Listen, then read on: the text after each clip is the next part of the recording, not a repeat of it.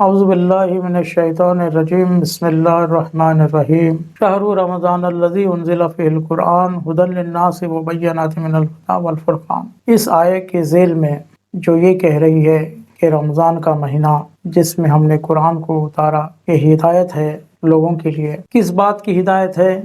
اس میں اللہ کی نشانیاں ہیں، اللہ کے احکام ہیں جس کو ہم کو نافذ کرنے کی ضرورت ہے۔ اس آیت کی ذیل میں ہماری جو گفتگو چل رہی ہے، اگرچہ ہم رمضان کے مہینے میں قرآن سیکھنے کی بھی کوشش کرتے ہیں، پڑھنے کی بھی کوشش کرتے ہیں، اور خصوصاً مکمل قرآن تمام کرنے کی یا ختم کرنے کی کوشش کرتے ہیں، اس کے ذریعے ثواب حاصل کرنے کی کوشش کرتے ہیں، لیکن کیا بات ہے کہ رسول خدا قیامت کے دن شکایت کریں گے، وقال الرسول یا ربی انا قوم اتخذوا ھذا القرآن مہجورا۔ اے اللہ، میری قوم نے، میری امت نے اس قرآن کو چھوڑ دیا تھا۔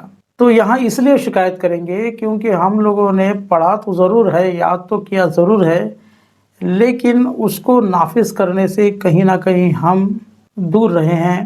جو نظام بنانا چاہیے تھا قرآن کو لے کر، اور جو سسٹمز بنانا چاہیے تھا اس کو نہیں بنایا، اور سسٹمز کو ہم نے غیروں سے لیا، امریکہ سے لیا، اسرائیل سے لیا، اسی لیے آج وہ لوگ کامیاب نظر آ رہے ہیں اور مسلمان کہیں نہ کہیں اس کی کامیابی نظر نہیں آ رہی ہے۔ تو ہماری گفتگو یہی چل رہی ہے کہ کس طرح نافذ کیا جائے۔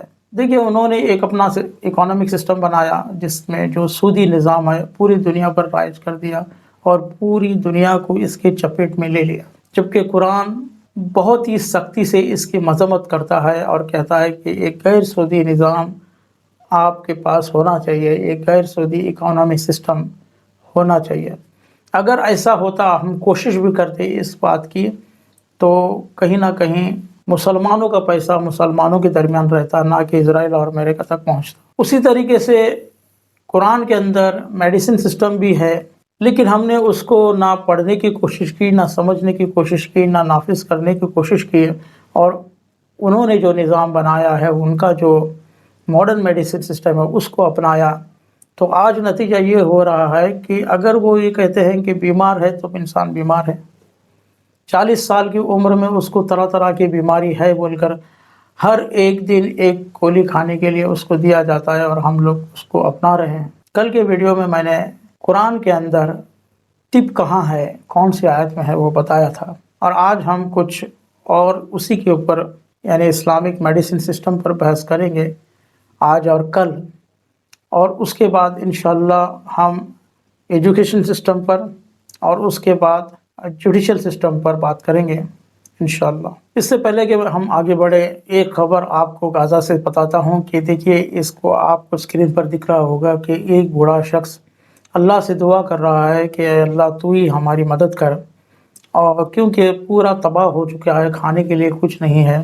ایک بوڑھی عورت کو آپ دیکھ رہے ہوں گے کہ وہ گھاس پکا رہی ہے اور کہہ رہی ہے کہ میں یہ پکا رہی ہوں تاکہ میں اسی کو کھاؤں، اور وہ یہ کہہ رہی ہے کہ میرے جو گرینڈ چلڈرن ہیں ان کو کھانے کے لیے کچھ نہیں ہے، اس لیے میں پکا رہی ہوں۔ تو یہ حالات یہاں تک پہنچے ہیں، جبکہ 54 مسلم کنٹریز ہیں، اس میں سے کچھ ایک کنٹریز کو چھوڑ کر کوئی بھی ان کی مدد کرنے کے لیے ہمت نہیں کر رہا، اور نہ جانے کیا بات ہے اسرائیل اور امریکہ میں کہ سبھی لوگ ان کے پیچھے آگے پیچھے بھاگتے ہیں۔ تو وہ یہی بات ہے کہ ان کا سسٹم ہم نے اپنا لیا ہے اور ہمارا سسٹم ہم نے چھوڑ دیا ہے۔ ان کے جو ماڈرن میڈیسن سسٹم ہم نے اپنایا ہے اور اسلامک میڈیسن سسٹم، اس میں کیا فرق ہے، اس کے لیے ایک میں حدیث آپ کے سامنے پیش کرتا ہوں۔ دیکھیے، اکثر آپ ہاسپٹلس میں دیکھیے یا پھر کلینکس میں دیکھیے یا فارمیسی سے جو زیادہ دوائیاں بیچتی ہیں، وہ زیادہ تر اینٹی بائیوٹکس ہوتی ہیں، اور زیادہ جو معمولی چیزیں ہوتی ہیں جیسے سردی زکام ہو یا اور ایسے ہی چھوٹی موٹی بیماریاں ہوں، اس کے لیے زیادہ لوگ ہاسپٹلس میں آتے ہیں۔ اس کے بعد جب دوائیاں لیتی ہیں تو پھر وہ جو چھوٹی موٹی جو بیماریاں جس کو کہتے ہیں، اصل میں ایک طرح کا ایک ڈیفنس سسٹم ہوتا ہے باڈی کا، मैं अभी बताऊंगा आपको हदीस बताते वक्त।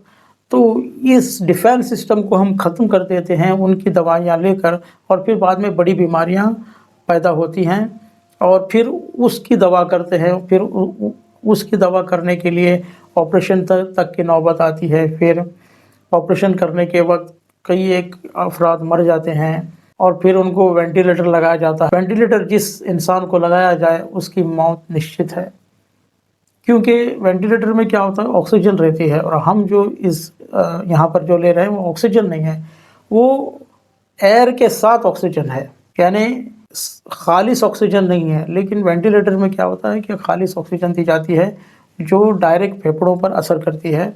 तो ये एक ख़तरनाक चीज़ है, और ऐसे बहुत से ख़तरनाक चीज़ें उनके अंदर राइज है जिससे इंसान की अच्छा इंसान भी जल्दी मौत के दहाने तक पहुंच जाता है। तो देखिए, इस्लामिक मेडिसिन सिस्टम क्यों इतना ज़रूरी है? क्यों अगर हम इस्लामिक मेडिसिन सिस्टम को समझेंगे, कायम करेंगे, तो इतनी ना दवाइयों की ज़रूरत पड़ेगी, ना इतने हॉस्पिटल्स की ज़रूरत पड़ेगी, ना इतने बीमारियां पैदा होंगी। रसूल खुदा सल्लल्लाहु अलैहि वसल्लम एक हदीस में फरमाते हैं, ला तकरहू अरबा लिअन्नहा लिअरबा, यानी 4 चीज़ें ऐसी हैं जिसको आप कराहत मत करो, यानी 4 चीज़ें ऐसी हैं जिसको आप बुरा मत समझो, क्योंकि वो 4 चीज़ों के लिए है। यानी 4 चीज़ें जो आई हैं वो 4 अच्छी चीज़ों के लिए हैं। पहला क्या है? ला तकरहू ज़ुकाम फ़इन्नहु अमानु मिनल जुज़ाम, यानी हमको जो ज़ुकाम होता है उससे कराहत ना करें। कराहत ना करने का मतलब यह है कि उसको बुरा ना समझें, उसका इलाज जल्दी ना करें। केमिकल एंटीबायोटिक से तो करना ही नहीं चाहिए, क्योंकि वो बहुत जल्दी ज़ुकाम को ख़त्म कर देता है, यानी एक जो डिफेंस सिस्टम है उसको ख़त्म किया। और इससे क्या होगा, फिर आगे चल के जुज़ाम जैसी बीमारियाँ यानी लेप्रोसी जैसी बीमारियाँ पैदा हो सकती हैं। क्यों? ज़ुकाम में क्या होता है कि जो रतूबतें हैं, जो दिमाग की रतूबतें वो बाहर आती हैं और एक तरह से दिमाग क्लीन होता है। इससे बढ़कर क्लीनिंग सिस्टम दिमाग का है ही नहीं। ला तकरहु दमामिल फ़इन्नहु अमानु मिनल बरस, दमामिल यानी जो फोड़े होते हैं, दुम्बल होते हैं, पिंपल्स होते हैं, उसको दमामिल कहते हैं। तो उसका भी आप इलाज जल्दी ना करो, क्योंकि वो भी क्या है, एक बॉडी क्या करती है, हमारे अंदर से कुछ गंदगियां हैं उसको बाहर लाने की कोशिश करती है, उसको ख़त्म करने की कोशिश करती है। अगर हम उसका इलाज करेंगे तो जो गंदगी है वो अंदर ही रहेगी। तो इस तरीके से बरस की बीमारी हो सकती है। बरस यानी विटिलिगो, स्किन बीमारियां हैं, ये हो सकती हैं। तीसरी बात कौन सी है? ला तकरहु रमद फ़इन्नहु अमानु मिनल आमा, यानी जो आँख वगैरह आती है उसको आप बुरा मत समझो, यानी उसका जल्दी इलाज मत करो, क्योंकि वो अंधेपन से बचाती है। उसमें भी क्या होता है, आप देखेंगे कि आँख लाल होती है और फिर वहाँ से कुछ गंदगी बाहर आती है, फिर आपकी आँख क्लीन हो जाती है।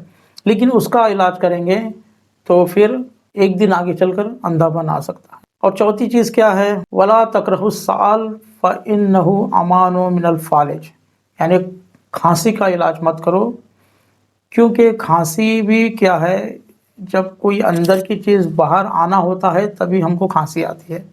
अगर हम कुछ दवाइयाँ वगैरह लेकर उसको बंद करने की कोशिश करेंगे तो जो चीज़ आना चाहिए था वो नहीं आएगी। तो कहने का मतलब यहाँ पर यह है कि देखो, 4 चीज़ें जो बताई गई हैं उसका इलाज नहीं करेंगे तो हमारी बॉडी साफ़ होती है और बहुत सी बीमारियाँ से हम बच रहे हैं।